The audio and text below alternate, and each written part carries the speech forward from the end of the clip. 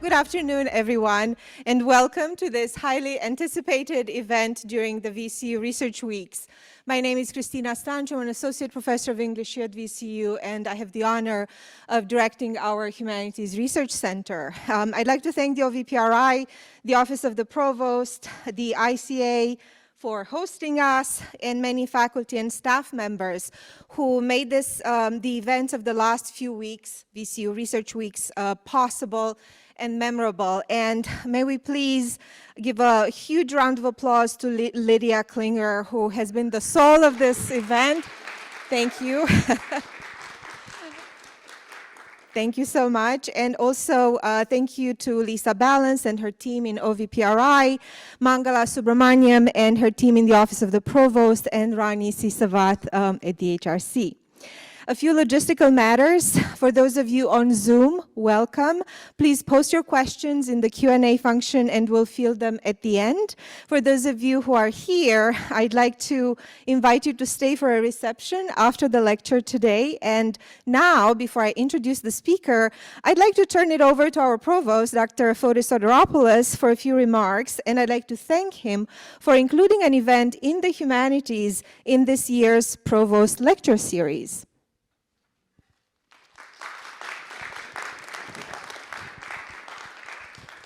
Thank you, Christina, and thank you all for being here today.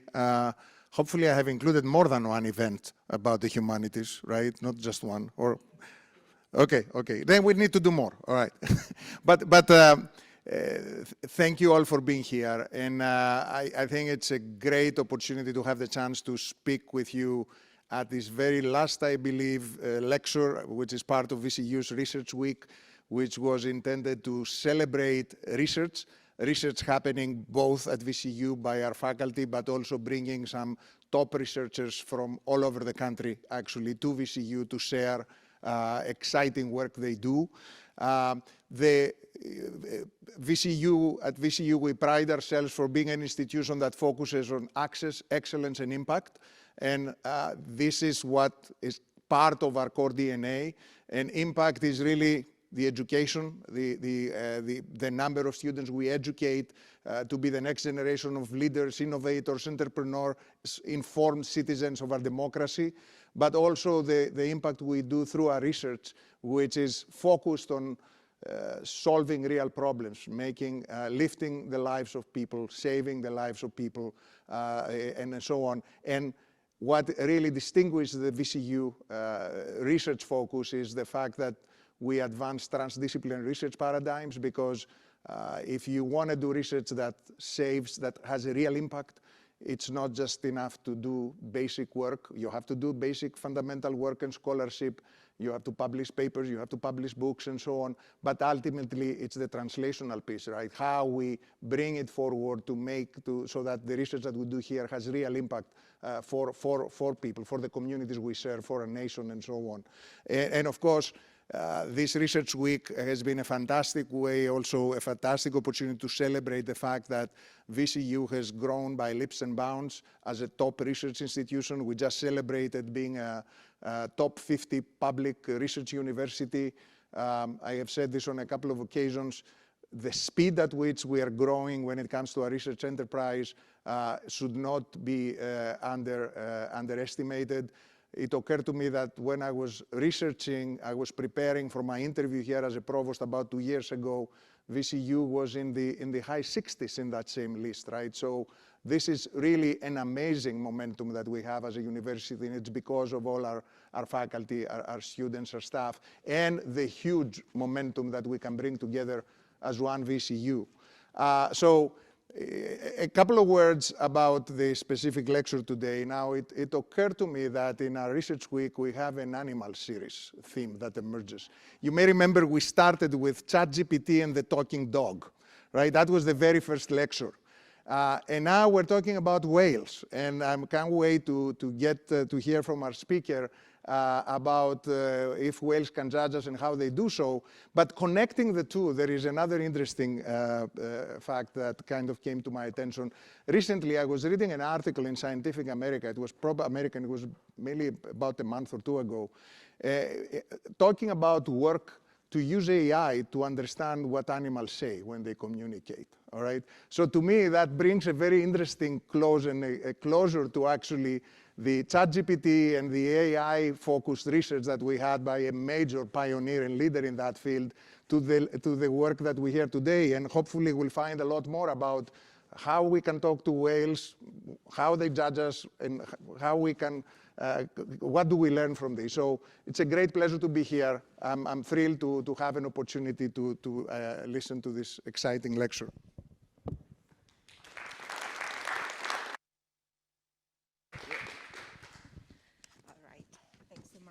A few more words of thanks before we get started today. Thank you, Fotis, for your wonderful remarks. Many of you know that today's event is sponsored by Virginia Humanities. Thank you, Virginia Humanities. Also by the Office of the Provost, the OVPRI, the College of Humanities and Sciences, and the Department of History at VCU. Thank you to all these units for their support, including logistical support in getting Dr. Demuth to campus. As Provost Soteropoulos mentioned, this talk today is part of our HRC speaker series, which this year has centered environmental humanities, specifically humanistic inquiry to understand, interpret, and shape broader efforts to address the most pressing challenge of our time, and also one of the themes of our research strategic priorities plan for the university. And I'd like to thank Dr. Goldstein, Dr. Jessie Goldstein, can you wave at us? Thank you, for leading our new Environmental Humanities Lab at the HRC this year. You guys have made VCU news many times, and I know there's another story forthcoming, so thank you for making us proud. And I'd also like to thank the 5 fellows. I believe at least one is here. I see Kai Bosworth, maybe others. The 5 residential fellows at the HRC this year who have worked on fascinating projects ranging from cave conservation and animal art to vanadium mining, the ecological materialities of AI, and global relocation in the Anthropocene. Thank you also to the alumni on Zoom and in the room, and to all of you who may consider donating to the Humanities Research Center Fund during the VCU Giving Day this coming Wednesday. All right, see how I inserted that? I'm a new center director, so please bear with me. So last week at the inaugural symposium organized by the Institute for Sustainable Energy and Environment, I see Dr. Purajena here, Dr. Costa Samaras, Chief Advisor for Energy Policy in the White House Office of Science and Technology Policy remarked, and I quote, "Climate change is not an environmental problem, it's an everything problem, and it requires a solution across all disciplines," end quote. The field of environmental humanities helps fill an important gap in sustainability and environmental thinking, bringing fresh perspectives and a deep ethical commitment to weaving equity and justice into all climate change conversations. Professor Bathsheba Demuth's talk today concludes a great lineup of speakers we hosted this year at the center in our series. Back in September, you may remember, we started with a State of the Field address by Dr. Stephanie Foote, founding editor of the journal Resilience, who argued that the humanities are especially crucial now because they offer tools to understand the multiple stories and inequalities that have brought the planet on the brink of disaster. In November, Dr. Kelsey Leonard, a citizen of the Shinnecock Nation in New York, talked about indigenous climate change adaptation strategies, drawing on her work on coastal and water conservation. In a similar vein, performance studies scholar Bethany Hughes, a citizen of the Choctaw Nation of Oklahoma, asked, quote, "How do indigenous people use performance to advocate on behalf of land and water?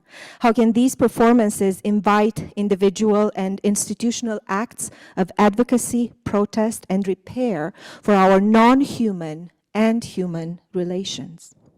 In her reading from her novel, The Seed Keeper, Dakota writer Diane Wilson, also in November, talked about Native resilience and food sovereignty.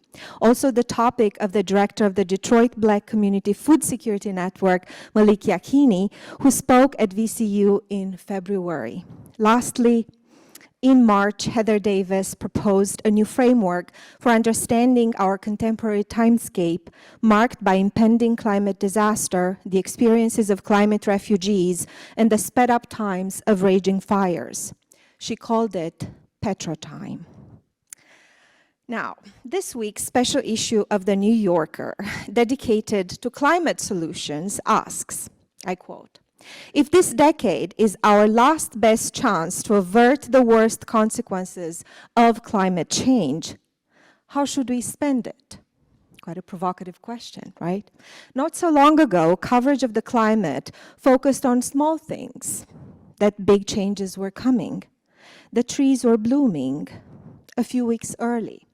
The butterflies had moved north. The sand on the beach was washing away. These stories were necessary, but not sufficient. Today, we are more likely to read that the trees are burning and the butterflies are dying. When the crisis is in the present tense, as it is now, and the window for halting it is slamming shut, all we can aim for is action. In this spirit, it is my pleasure to welcome to VCU today environmental historian and writer Bathsheba Demuth. Dr. Demuth's work is on the lands and seas of the Russian and North American Arctic and the history of energy and past climates. Her interest in northern places and cultures began when she was 18 and moved to the village of Old Crow in the Yukon, where she trained huskies for several years. And if you're like me and you read the book acknowledgments before you actually read the book, you find sentences like a beautiful acknowledgement to her parents. We all do that, but this is what she writes.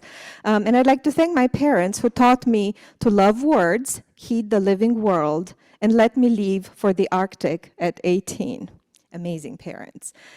From the archive to the dog sled, Dr. Demuth is interested in how the histories of people, ideas, and ecologies intersect. Her recent book, Floating Coast, An Environmental History of the Bering Strait, has been named a Nature Top 10 Book of 2019, an NPR, Library Journal, Barnes & Noble, Kirkus Review Best Book of 2019, and the New York Times Editor's Choice Pick. Additionally, it has received 11, I repeat, 11 academic book prizes. For those of you who publish academic, single-author academic books, you know what 11 book prizes means, including an honorable mention for the 2020 Rachel Carson Book Prize. As Amitav Ghosh, the author of The Great Derangement, put it in a recent review of her book, quote, "Floating Coast is a historian's Moby Dick, a great white whale of a book that spans centuries and links landscapes, living beings, and the flux of time into a marvelously readable narrative," end quote. In addition to her prize-winning book, Dr. Demuth's writing has appeared in publications such as the American Historical Review, the New Yorker, and the Best American Science and Nature Writing. She is currently the Dean's Associate Professor of History and Environment and Society at Brown University. Please join me in welcoming Dr. Bathsheba Demuth to VCU.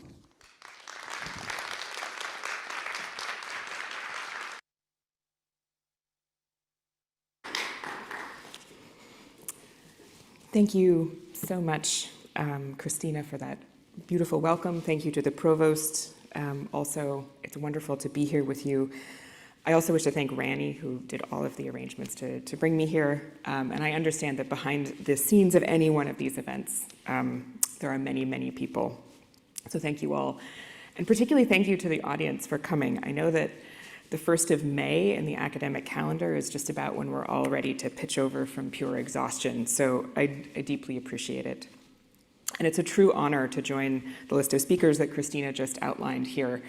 Some of my really favorite people in the world were on that list. Diane Wilson and I get on Zoom once every 6 months or so and tear our hair out together about writing. So I can only imagine that her talk here was wonderful. And it's wonderful to join you here. I've never been to this part of Virginia before, and it's also an honor to spend time on the land of the Powhatan Confederacy. and I wish to acknowledge their elders, past and present, for stewarding this place. I'm not going to talk directly about climate change this evening, although it does come up a little bit, and I'm happy to talk about some more direct intersections in the Q&A. And what I am going to talk about is decidedly carnivorous. So if you are a vegan or a vegetarian, I offer that disclaimer in advance. It simply comes with the territory of the particular history that I'm going to talk about. And that history starts, or I'm going to start it, in the spring of 2017, when a whale like this one on the screen here swam north around St. Lawrence Island, which is the little green dot in the middle of that map, right between what is now Russia and Alaska. And this whale was massive. She was almost 60 feet long and weighed 60 or 70 tons. And she might have been about 2 centuries old. And over that lifespan, this whale helped make the Bering and the Chukchi and the Beaufort Seas, which are the bodies of water that surround the Bering Strait, more alive. By surfacing and by diving, bowhead whales like this one churn nutrients through the water column, bringing up iron and phosphorus and nitrogen from the seafloor and plume the fertilizer of their dung through the entire water column. And this goes on to feed phytoplankton, the algae and diatoms and other tiny photosynthetic organisms that are the productive beginning of every marine thing in the Bering Sea ecosystem. Those diatoms make their way into these giant schools of krill, which are tiny little crustaceans. And to give you a sense of how massive these kind of schools can become, you can see them with drones from quite high up in the air. They turn the surface of the water pink. Those krill go on to feed schools of fish. One of the richest marine fisheries in the world is in the Bering Sea, and then in turn become the food of bowhead whales. The krill do. The bowheads don't actually eat many fish. And the bowheads themselves are part of a kind of fully linked ecological process, even in their deaths, when they fall to the floor of the ocean, in a phenomenon that ecologists call whale fall. And there are whole species of invertebrates and probably also bacteria that specialize just in working in the environment created in the oily bones and carcasses of whales. This is a still from a NOAA, a National Atmospheric or Oceanic and Atmospheric Administration submersible that found one of these whale falls in process. And if you ever want to hear some scientists just be absolutely gleefully nerdy about something, if you Google this whale fall video, they're very unusual to see. And so this submersible happened to come across one. So you can get a sense that even after they die, these whales are critical to the functioning of the entire world around them. And part of what they do in that is they make the seas more abundant. When whales are absent, there is less life in the water. And part of that work of the whale for the last at least 2,000 years, but probably longer, is to make the oceans a place that can feed human beings. The distant ancestors of the indigenous peoples who live around the Bering Strait today, the Yupik and the Inupiaq, were able to make from whales permanent settlements close or above the Arctic Circle in places that have no trees and are not particularly hospitable to traditional agriculture. These are not places where amber waves of grain grow particularly easily. But so much food and fuel come from the body of a single bowhead that they fed entire villages all along the edges of the Bering Strait. So in this map, the routes of the whales are moving through the water, but you can see the little dots of villages that are placed in places where people could intersect their hunts. And this role of whales in feeding people in a very kind of direct, bodily way is true in the 21st century. And it was true in 2017 when a young man named Chris Ipasingok harpooned this bowhead whale in the seas off of St. Lawrence Island. At the time, Chris was 16 years old, and to make the first strike on a whale that would feed his family and feed dozens of others was a moment of great pride. The village of Gamble, where Chris lives, is allowed 6 strikes on bowhead whales by the International Whaling Commission, and each one of those strikes has meaning. The food in the Gamble store, when I last visited it in 2019, is incredibly expensive. It can cost me $40 or $50 a day just to feed myself as an individual, so imagine trying to feed a family. And that entire kind of supply chain to get out to Gamble in the middle of the Bering Sea is extremely prone to disruptions from the weather, from inflation, from COVID-19. So having your whole life depend on food that's flown in is extremely chancy. But beyond sustenance, killing a bowhead whale has deep and I think almost immeasurable cultural significance. To put the first strike on a whale is therefore a transformative moment in a young Yupik person's life. And so Chris did what any teenager might do in such a great moment. He posted the news on Facebook.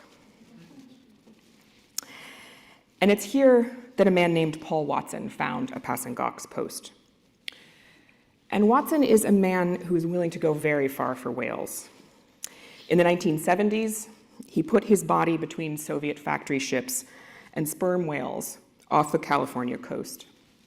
In the 1980s, he snuck into Siberian waters in an attempt to document the way that the USSR used the bodies of gray whales to feed commercial fox farms, and very, very narrowly evaded escape from the KGB. And if you travel in that part of Russia now, there are still stories about Paul Watson getting away from the KGB. And by the 2000s, he was starring in a reality television program called Whale Wars, where he would track primarily Japanese and Icelandic factory whaling ships off the coast of Antarctica or around Iceland. But he was also, by 2017, a fairly controversial figure. He was one of the founding members of Greenpeace, but by then, Greenpeace's website formally disavowed him. But he's also very popular. He has thousands of followers on all of the various social media platforms, which is maybe the one tie-in I have to AI in this whole lecture. Not even AI. And many of them are celebrities, so his posts have a great deal of reach. And when Watson saw a Passangak's post about hunting this bowhead, Watson took a Passangak as just another whale killer and described him in his own Facebook post with a great deal of invective as a young man guilty of, quote, snuffing out the life of this unique, self-aware, intelligent, social, and sentient being, end quote. Within hours, Chris Passangak was receiving death threats. And so social media descended, as it tends to do, into an impasse. The avowed lovers of whales took to their barricades, and Indigenous families to theirs. And I begin with this incident not because it's news, it happened many years ago now, but because the impasse between the kind of outsider environmentalism that Paul Watson came with and the Indigenous practice of hunting Yupiks come out of a very particular history. And it is one that I think has a good deal to say, not about Indigenous whaling, for that is really for Indigenous whalers to say, not me, but about the assumptions of the economic ideologies that ruled the 20th century and the economic ideologies that shaped Paul Watson's response to Chris Passangak. And those ideologies are socialism and capitalism. And since we still live under one of those ideologies, this history also speaks to our present. And it's a history that I'm going to tell through 3 groups of whalers, 1 group of environmentalists, and through what we might interpret of what we can know about the whales themselves. And I'm going to be doing so relatively quickly, so please forgive the inevitable flattening of the deep historical, cultural, and animal particularity that is to come. Where I wish to start briefly is with the first group of whalers, with what is going to necessarily be the briefest sketch of the longest relationship between people and bowheads on Earth, which is held by the Indigenous peoples around the Bering Strait, primarily by Yupik and Inupiaq communities in what is now Alaska and northeastern Russia, who hunt and hunted bowheads into the deep past. And this is very plain on St. Lawrence Island, where this picture was taken, where the bones of whales, in this case their jaw bones, line the beach outside people's houses in sort of different stages of decay. In past years, centuries, people used to make their homes out of bowhead jawbones and ribs, like this particular home from the coast on the Russian side of the Bering Strait in a village called Ivan. Here, there's kind of a subterranean area is dug out, and then people used the jawbones like you would wood in a place that had better timber than the Bering Strait does. And so it is not a metaphor to say that people lived inside the heads of whales. And what emerged out of the incredibly long and extraordinarily close relationship between Yupik and Inupiaq hunters, and out of this long history of living with and near, and indeed because of whales, and inside their mined homes, there are a few important things for the history that follows. The first is that no people on Earth have more experience with bowheads than Indigenous hunters.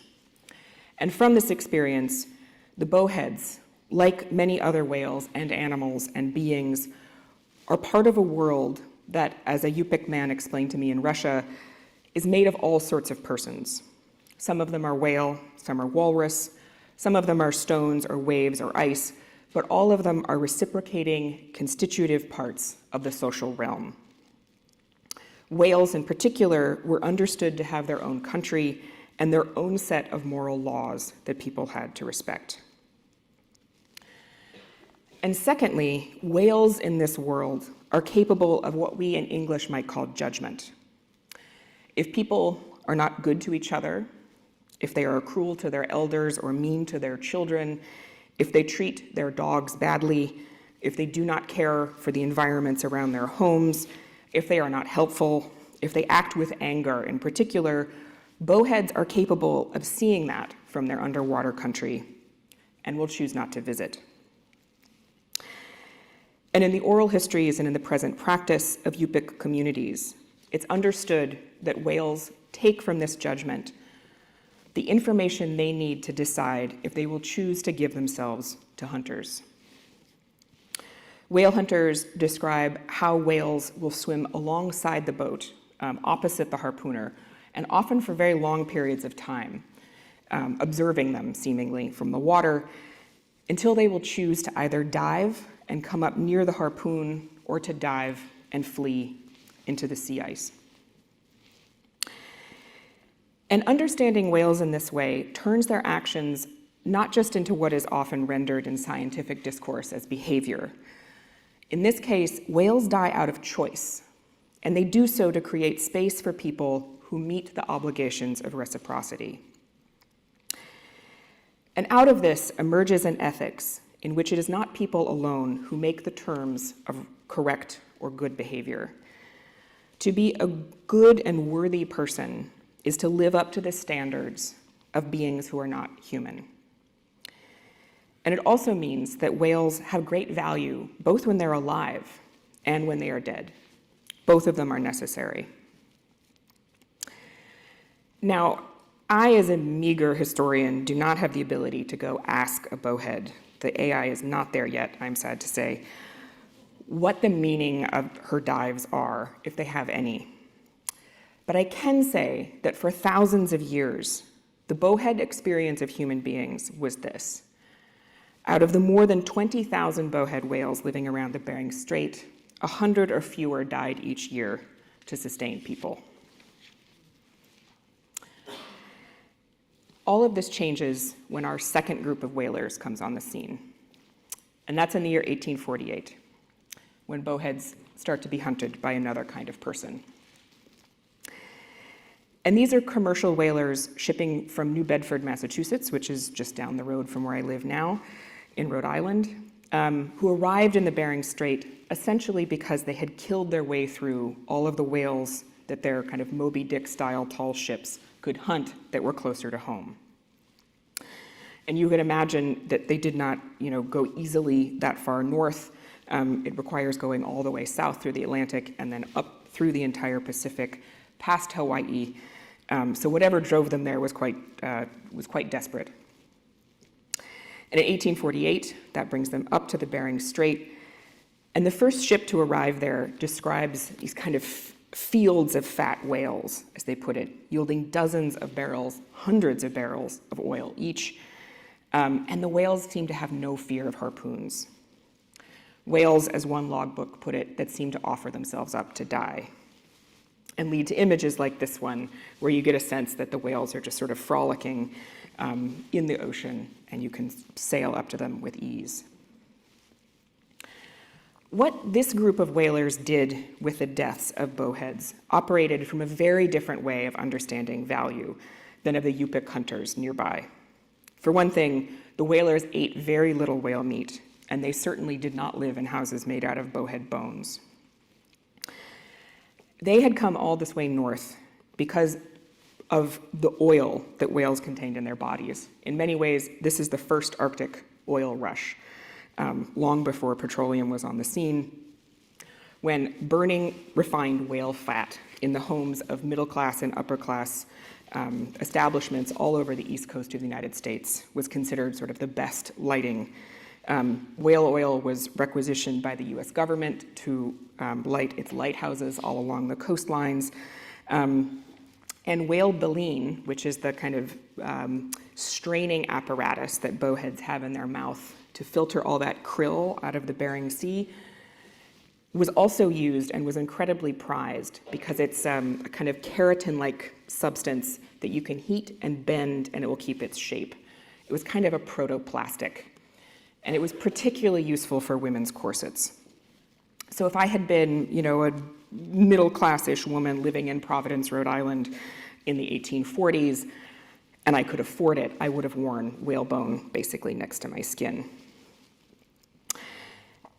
And the ways in which whalers were rewarded for coming home with whale oil and with whale baleen was as a percentage of the entire sale of whale products when they got back to port.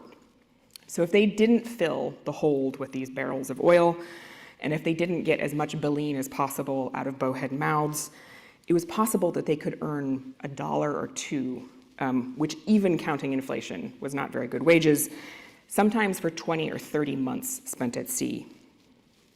And these are not very pleasant months. That's one thing you definitely get from whalers' logbooks. They're extraordinarily boring when they weren't incredibly dangerous. So whalers were incentivized to kill as many whales as they could, as quickly as they could, because that was the way you were paid, and that was the way you could return home as soon as you had kind of a full ship of oil. But this pressure to kind of hunt whales at volume did not mean that these commercial whalers did not observe bowheads and other species as animals with kind of a distinct selfhood and even with intelligence. In their diaries and their logbooks, they describe the ways in which whale mothers protected their infants, sometimes reading all sorts of 19th century maternal politics into these actions. And many of them spoke of the pain that they saw in the eyes of the animals that they killed. And some use a kind of language that leads you to think that this kind of mass slaughter that they were required to conduct by the economic form that they operated under became a kind of moral wound, one that was difficult to express. And you can get a little bit of a sense from their logbook sometimes of the degree to which these whalers, even though their number one task every day was to kill as many as they could, of their kind of empathy with and personification of the whales. The whale whose head is going straight up in this image is a sperm whale, and that talk bubble, if I remember it correctly, I can't read it from here, says "not this time." That's one who got away. The two whales who are kind of in parallel with each other, they said, "we'll die like heroes." And these little moments pop up all over these logbooks, which otherwise can just be lists of weathers and latitude and longitude and be quite dull. So you get a sense that these whalers were very moved sometimes by the work that they were doing. And even the whalers who did not seem particularly empathetic with the whales that they hunted their job was still to observe the behavior of these animals incredibly closely. That's how you found the whales to hunt. And they observed that after 2 years, roughly, of contact with these market-based ships, the bowheads changed their behavior pretty dramatically. The whales, instead of frolicking near the ships like we saw in that first image, start pulling back into the edge of the sea ice. And in particular, if they heard the sound of the little kind of catcher boats that the whale ships would drop to actually do the harpooning, and they heard that sound of those boats hitting the water, they would make for the edge of the pack ice. And if you're in a Moby Dick style wooden ship, you don't really want to take it very close to the edge of the sea ice because small changes in the currents or the winds mean that that ice can move, and in a very bad situation, it can crush your ship. So the captains don't want to come close to the edge, and the whales start to sort of use the edge of the sea ice essentially as a defense. And you can get a sense of that from this image where these whales are kind of in the sea ice taunting the commercial capitalist ships. And in fact, the bowheads become so canny of the commercial whaling vessels that for a number of years in the 1850s, the entire commercial fleet withdraws from the Bering Strait. They conclude that the whales have become, as they put it, too canny or too shy or too wild to be safely hunted. And one might from this, if you were being speculative, or if you're taking seriously the ways in which Yupik whalers understand bowheads, see the whales as rejecting the idea of dying for capitalists. At the very least, there is no indication in this period that these animals stopped letting themselves be hunted by Yupik and Inupiaq communities. Unfortunately for the bowheads, however, the whalers did eventually return, the commercial whalers. And they did learn how to avoid the sea ice and kind of work their ships more close into the pack. And this commercial fleet, sort of despite the intimacy of the labor of whale killing, had no formal way to recognize the value of a living bowhead. There was no space in the society from which they came for a whale to kind of inveigh on what people should do. And a whale was legible in the forms of value that set the clock of whalers' lives only when the whales were dead, when they were turned into oil or baleen, and the oil and baleen really only had value in quantity. And so, as the logbooks of these whalers attest, the primary sense of what a whale was, the sense that was rendered in ink and recorded over and over again for the insurers, for the investors, for the kind of publication record when they returned to port, was the accounting of its valued parts.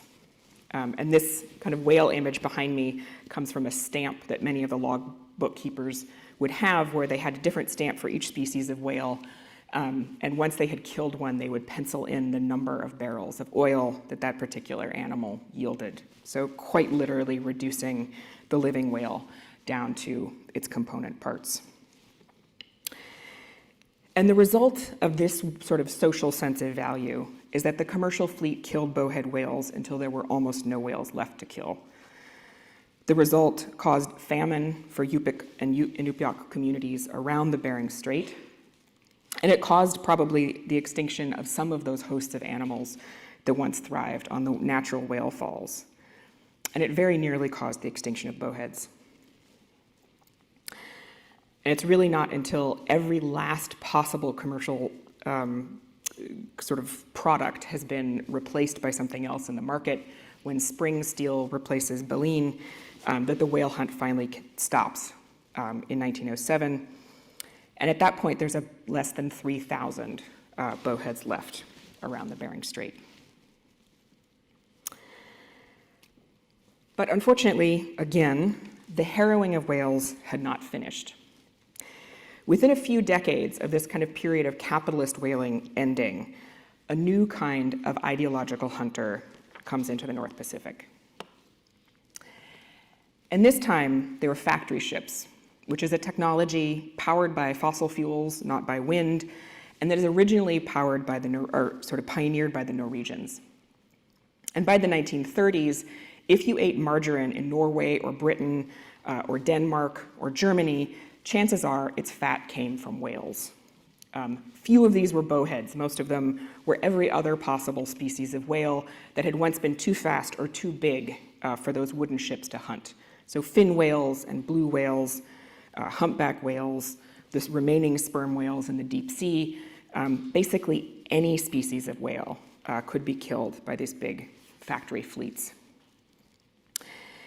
And in the middle of the 1930s, the Soviet Union joins in on the kind of factory-style industrial whaling.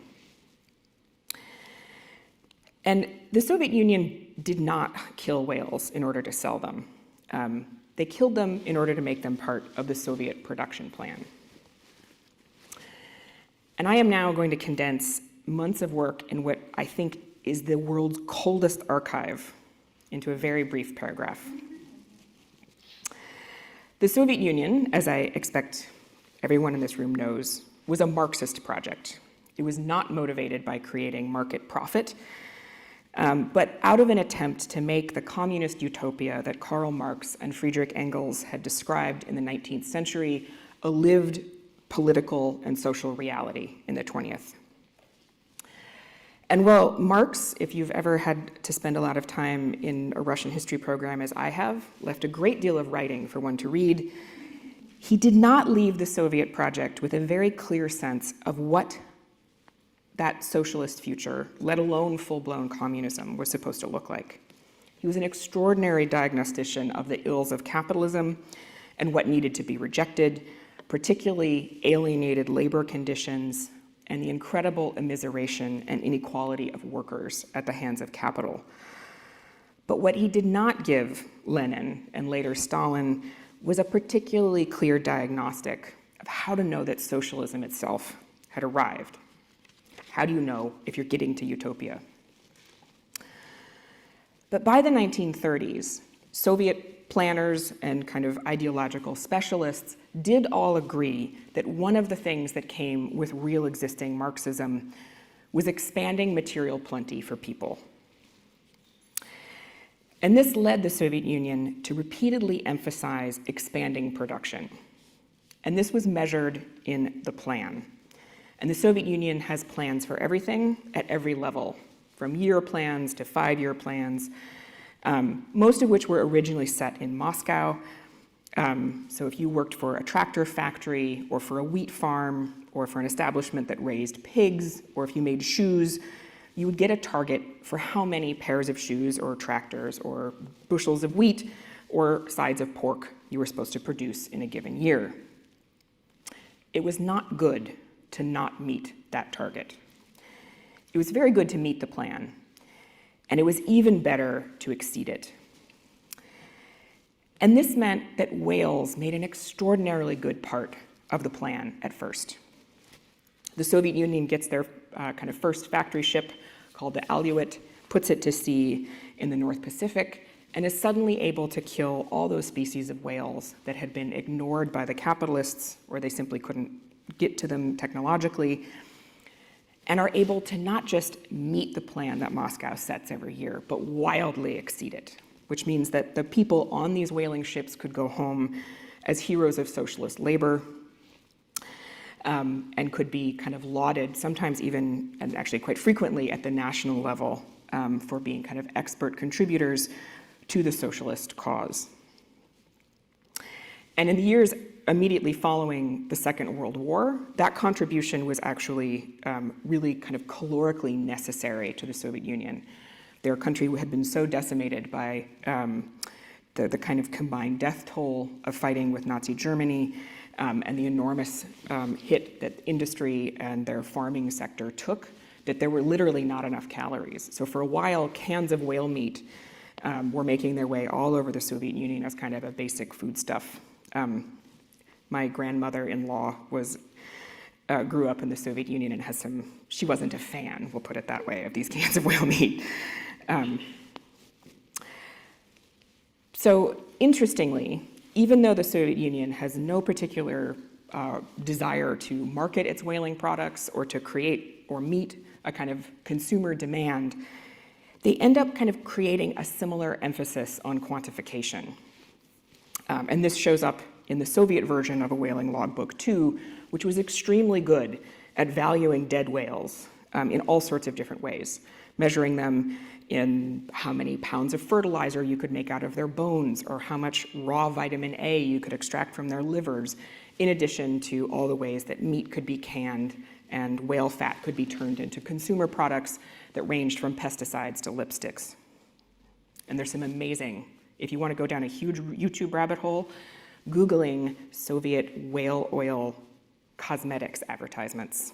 Well, really, it'll take up a chunk of your life, and you'll never get it back. But much in the same way that those capitalist whaling logbooks left very little space for whalers' emotion, there's something similar happens in the Soviet logbooks. There's no official space for what it meant to actually go out and kill whales the world over, let alone to acknowledge whales as doing important work in the world. And as with those capitalist whalers, this was not for a lack of observation at the point of the harpoon. Soviet whalers saw the same attachments among whales as their capitalist counterparts had, and they saw whales learn to avoid their ships. They saw them school around their young, and the Soviet marine biologists who often traveled on these whaling fleets were actually very far ahead of their Western counterparts in terms of taking seriously the sociability of whales and crediting whale song and vocalizations with communication. One whaler would recall later that he was thankful that whales could not scream outside of the water, as it would have made his work intolerable. And this kind of experience of whalers, which again shows up in their memoirs, kind of non-official documents, and the observation of the biologists, did not mesh with state ideological goals. In those goals, in the plan, the more whales you killed, the greater the production, and the greater the production, the more valid the promises of incipient communist utopia. So the work of marine biologists, which started showing dropping whale numbers by the late 1950s, was tied up with string, stamped as classified, and dropped into an archive. And to me, this means that capitalist and communist whaling have two things in common. First, the whalers themselves did not operate in a world that let them act on any kind of relationship other than extraction. The values that they served were set by very distant people, by consumers in Rhode Island or by planners in Moscow. And I'm hardly the first historian to diagnose the problem of commodification or the separation between production and consumption. But in the ways that whaling operated, I see a denial of the labor and knowledge of whales and of whalers both. And the word for this might be dehumanized labor, except I think it's more than that. It's labor that has been stripped of any formal way of recognizing the actions, the emotions, or the judgments of beings that are not humans. And secondly, the extraction in both the capitalist and in the socialist cases fed dreams of endless growth. And these are dreams that at the most abstract level reject death, that reject paying attention to death, and that instead imagine human life as an endless line growing ever upward into the future. And that future is not bound by the cyclical pull of birth and dying, but instead imagines a kind of teleology of freedom, and a freedom primarily from the wants and whims and limits set by what we might call nature. And this logic of expanding consumption, of the commercial whaler and of the Soviet factory ship, is the logic of a slaughterhouse, one that conceals death from the people who take it into their homes to eat it or to wear it, and doing so sloths off moral harm on the proximate few, while many of us, particularly the relatively wealthy, stay at a distance, indulging in the illusion that humans are not dependent on others. And so there was no real moral reckoning with the cost of destroying nearly all whales. Not as commodities, they were no different from petroleum or the spring steel that replaced them. And the Soviet Union, while rejecting human exploitation and trying to kind of overcome the inequities of capitalism, kept the fundamental separation between human action and the non-human world as the basis for trying to create that human equality. And in the 19th and 20th centuries, that slaughterhouse logic defined the relationships between the kind of world's whales in aggregate and human beings, even as capitalist and socialist whalers wrote in their logbooks of the moral injuries of killing at such a scale. For the illusion of that kind of growth was fed by a sort of rapacious death that killed through entire oceans and robbed whales not just of their fellows, but also robbed the world's seas of the work that whales do. This made whaling like dozens of other economic activities that are based on death that is made invisible to the people who consume it. And the freedom that it offers is from witness and from responsibility. And this is where, having gone through all three kinds of whalers, we come back to Paul Watson. And Watson was an early member of Greenpeace, which was initially founded as an anti-nuclear organization, but turned to the oceans when Greenpeace activists learned that the United States and the Soviet Union both used the oil from sperm whales' skulls to lubricate intercontinental ballistic missiles. And so they kind of see human fate and whale fate as fundamentally linked.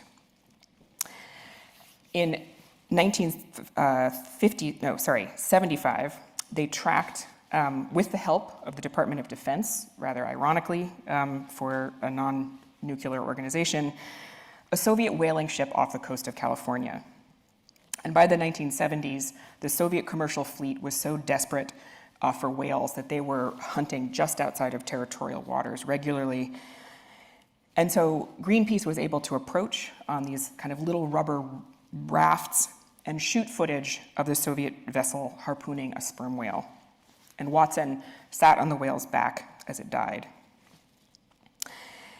And his mission, like the other members of this particular team, was to expose death.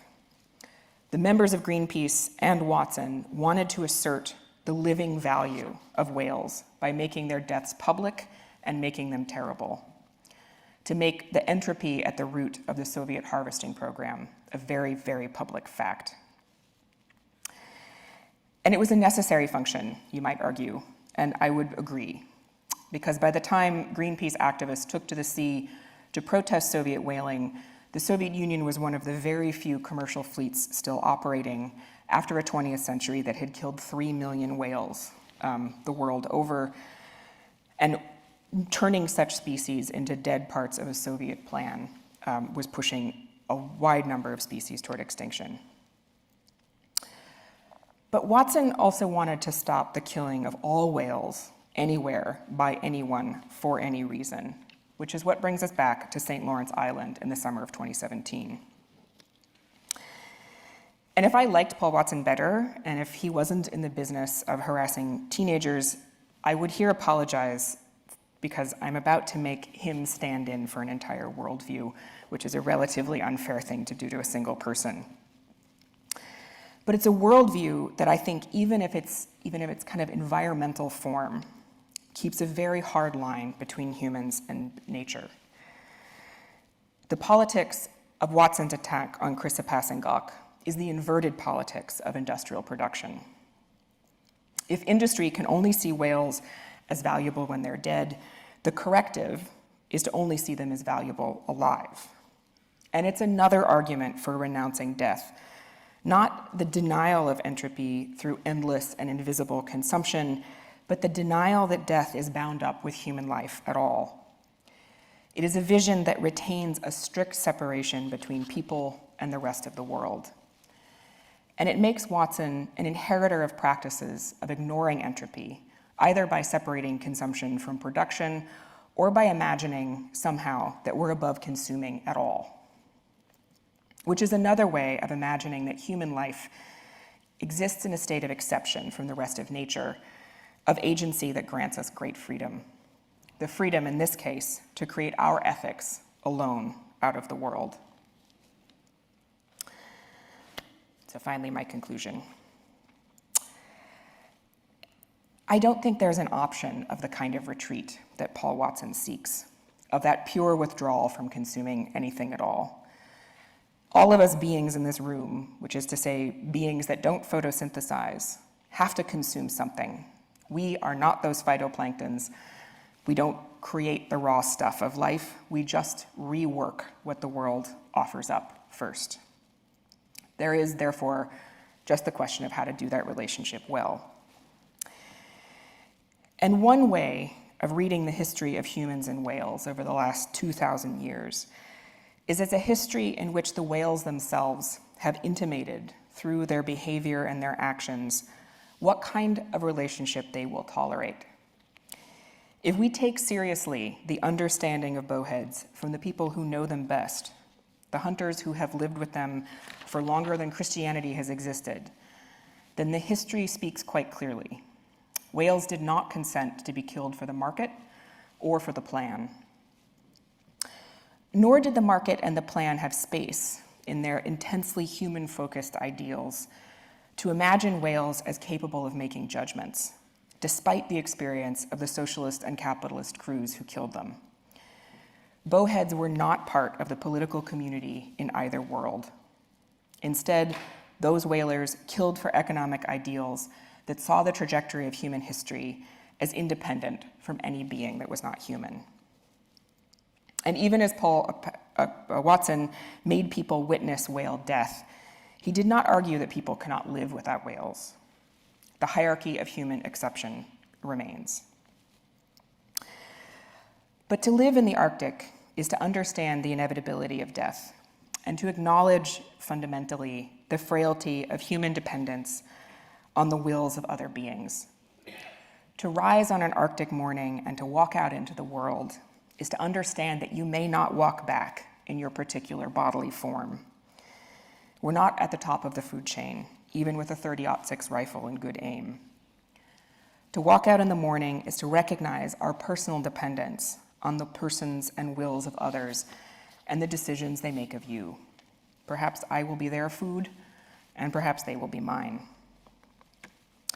The importance of this idea of interdependence and obligation beyond the self and beyond the species might seem academic here in the 21st century when very few countries whale at an industrial pitch. But I don't think it is, and in ways that reverberate far beyond the northwest coasts of Alaska and the northeastern coasts of Russia. Where I live now in Rhode Island, even if I lived without ever touching animal flesh, something, somewhere, is still dying. Many somethings. And even now that no one wears lipstick that was made out of whale, or eats whale margarine, or is wearing a whalebone corset, the habits of consumption encouraged by the economy that we live in is still killing whales at a pretty brisk clip. From the North Atlantic right whales that are essentially going extinct in real time off of the coasts where I live, to the gray whales who are in the 4th year of a mass death event in the Pacific, to the schools of sperm whales that keep beaching on beaches the world over with bellies full of plastic that they can't digest. Indeed, the shipping traffic off of the port that I now call home has killed more whales than Chrysopassingok will in a lifetime. And there is no space for whales to judge us in the price of those goods that are delivered into the port of Providence. So I want to close by asking what happens when we open the scope of historical interpretation to the narratives told about the past and its arrival in our present in ways that include the knowledge of whales and of their intimates. One result is that the idea of independence from nature and endless growth appears as a myth, not a fact. Another is how clearly we can see that the economic form we live in now runs still on the logic of the slaughterhouse, carried by labor forced to reduce the world into tallies of profit. It is blind to the work of the whale and to the wills, emotions, and even ethical judgments of other living beings. Thank you.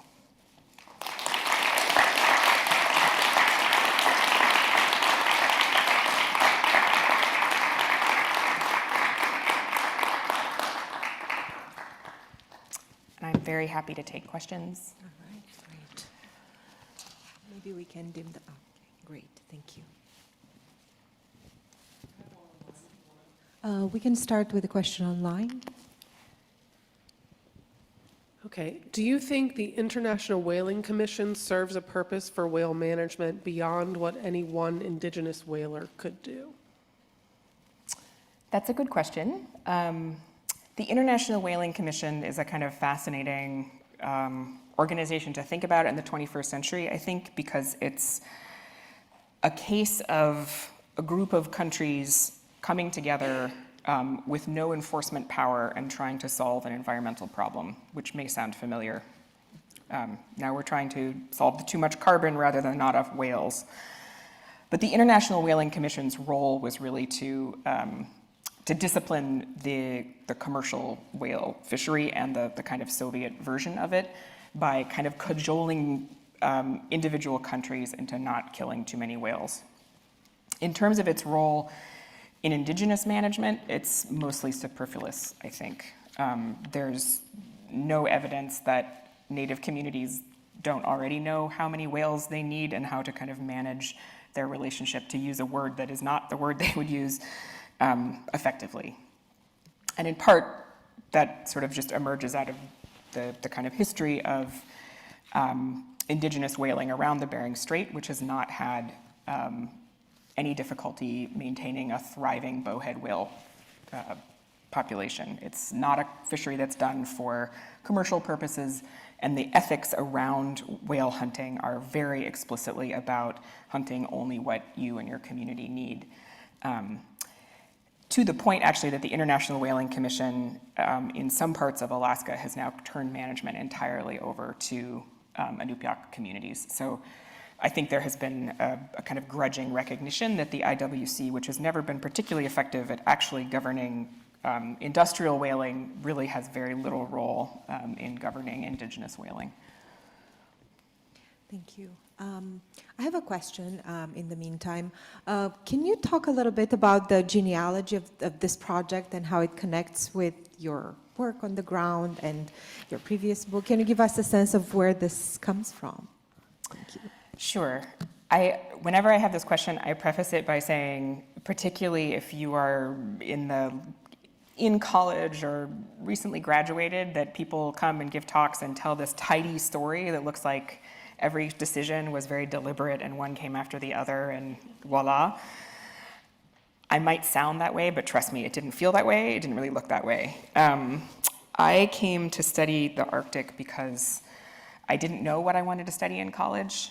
And so I took a gap year that ended up kind of metastasizing and being several years where I trained sled dogs in the Canadian far north in an indigenous community. And I had originally planned on going to this little village called Old Crow, and then I was going to go to Costa Rica, and I was going to go to a bunch of other places, and I've still never been to Costa Rica because I ended up staying in the north for a long time.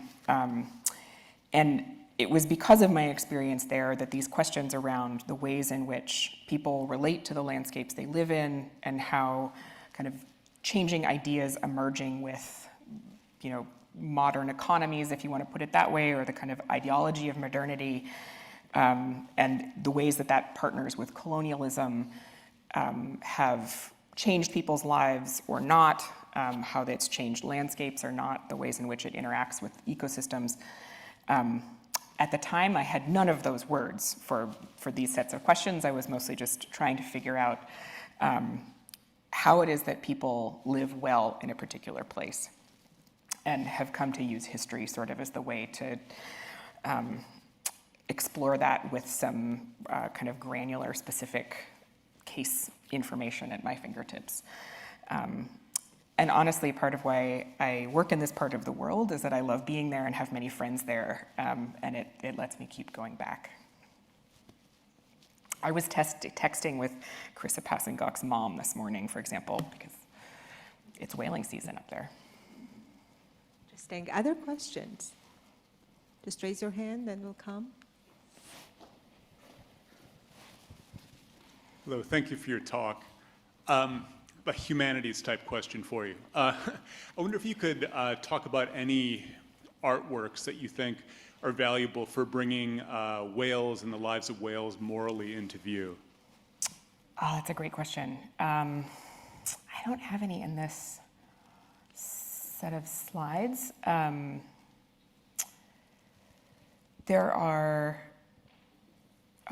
a really kind of beautiful and incredibly subtle carving tradition around this part of the Bering Strait, particularly using the tusks, walrus tusks, many of which depict whales, and many of which depict whales transforming into other things. Like many of these carved objects, and it's really too bad this is not my laptop, so I can't just go dig one out, show, from one angle, it will be a whale, and then if you turn the object, it will be a person's face, and if you turn it again, it might be a bird.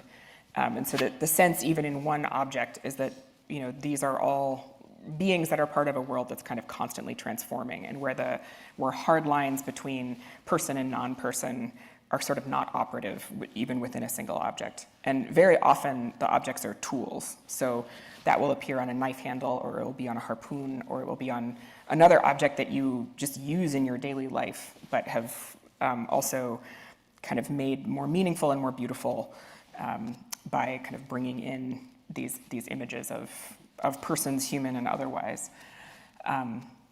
There's also, if you kind of move east through Canada, which bowheads also do, and so there's a bowhead whaling tradition kind of in northern Canada on the Arctic slope.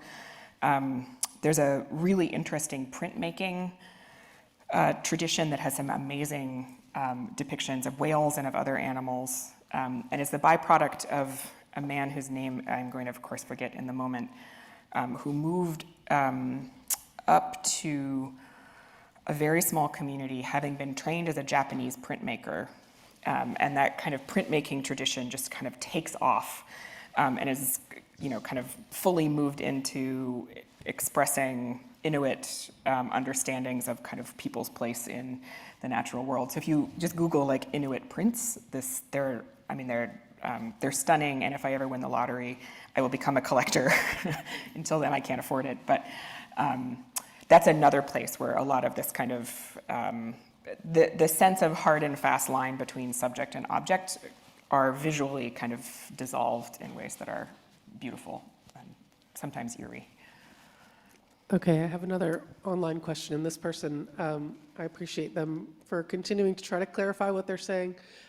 So without endorsing at all the belief that human beings are special because they can separate their concerns and values from nature, how can we avoid anthropomorphizing whale behavior or the emotional responses of past whalers to their hunting and killing of whales? For example, how can we have good, repeatable, verifiable evidence that the whales described, quote, chose to sacrifice themselves by letting themselves die for the indigenous peoples living around the Bering Straits? That exact sort of language seems very anthropomorphic. So I would highly recommend that, I'm sorry, I don't know this person's name, read the work of a marine biologist called Hal Whitehead, who has spent most of his career working with sperm whales, but some with other cetaceans, and speaks of them from the kind of cultural viewpoint that this question comes from, which is one that wants a very certain kind of data, right? Which is understandable. That's where some of us were trained to reach for first. And Hal Whitehead describes and uses quantitative techniques and all sorts of things that I cannot do as a historian to talk about the ways in which marine mammals have culture. They pass it on between their generations, they communicate, and therefore, potentially have the capacity for things that we might call judgment. Obviously, that might be a bridge too far for this particular listener.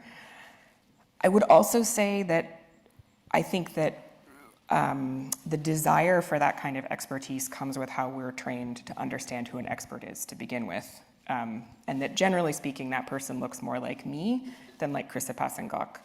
At the end of the day, however, Chris knows a lot more about whales than most people on Earth. And so I am of the mind that that perspective deserves kind of due deference. And I would also say so does Hal Whitehead.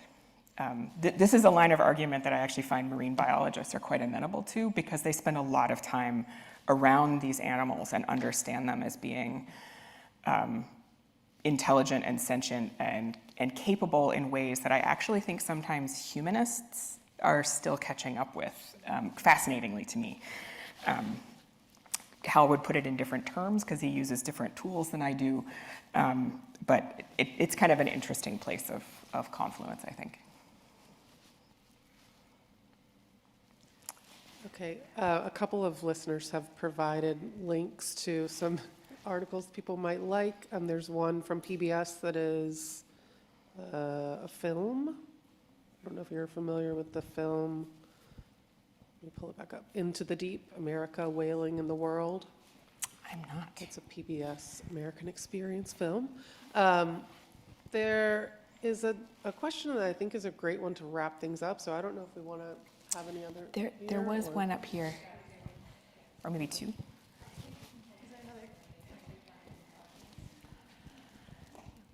I was just going to ask, based on your experience with Indigenous peoples, do you see like a hierarchical nature of like the morality between whales and humans? Like the whales are there above us, judging us, knowing better than us, or is it an equal relationship?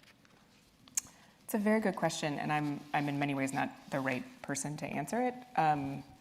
But I would say that that kind of moral hierarchy is one that's brought to the Bering Strait, usually by missionaries. And that rather than a sense of different, like, because you can have difference without a hierarchy. And I would say that is more likely.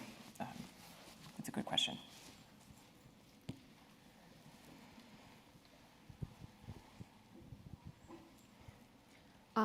My only in real life experience with whales was actually in Mexico. I was on a very touristy whale watching boat trip. Was it the gray whales? It was humpbacks actually. The guide he likes to say that actually all humpbacks are actually Mexican citizens because they're born in the Gulf of Mexico. But I was curious if you had any information about if the relationship that northern indigenous people have is kind of mirrored in the more equatorial indigenous peoples who obviously had relationships with the whales who would come down to give birth in the Sea of Cortez. Yeah. It's a good question. And the gray whales that I mentioned briefly, they give birth in Baja and then they go all the way up to the Bering Strait. So they see people on both ends of that, and they're actually quite different sort of indigenous traditions of living and working with and eating or not eating whales all along the Pacific coast. So there isn't one particular, even in kind of the Alaska space, folks who live on the Aleutian Island chain historically have not been fans of whale. It's like a last ditch, there's lots of other stuff to eat. And yes, if you've got to. So, cultural taste also plays a role, but there isn't kind of one unified tradition. Okay, so my question might be strange, but as I was listening to this talk, which thank you very much, this was amazing, I couldn't help but think about a Bible story and just everything that I grew up thinking about whales as being maybe an agent. Mm-hmm. And I just wondered if you had any thoughts about that.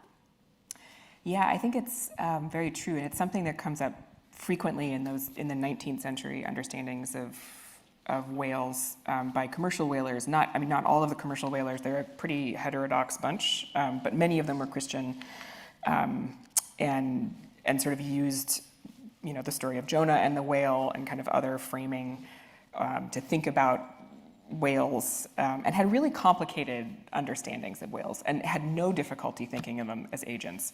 And the concerns about anthropomorphism really don't even enter people's ways of relating to whales until you hit kind of the 20th century, right? It's actually a very recent concern that we're worried about. In the 19th century, folks didn't have any of that.